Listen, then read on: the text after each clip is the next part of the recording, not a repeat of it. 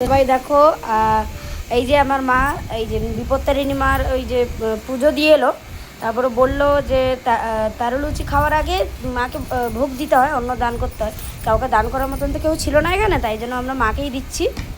বিপত্তারিণী মাকে মন্দিরে দিতে যাবো, সেটা দেখাবো তোমাদের সাথে।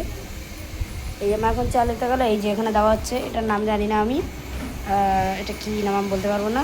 এই যে টমেটো, বেগুন, এটা আমার এটা কি গো, এটা কি? কাঁকরোল।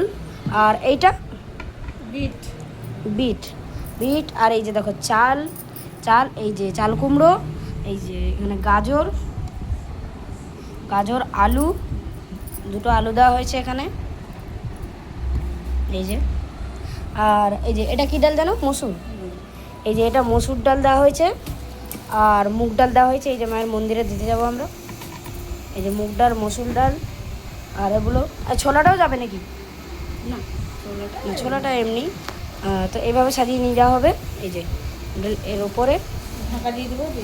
হ্যাঁ, এবার একটা কাপড় নিয়ে ঢাকিয়ে দিতে হবে।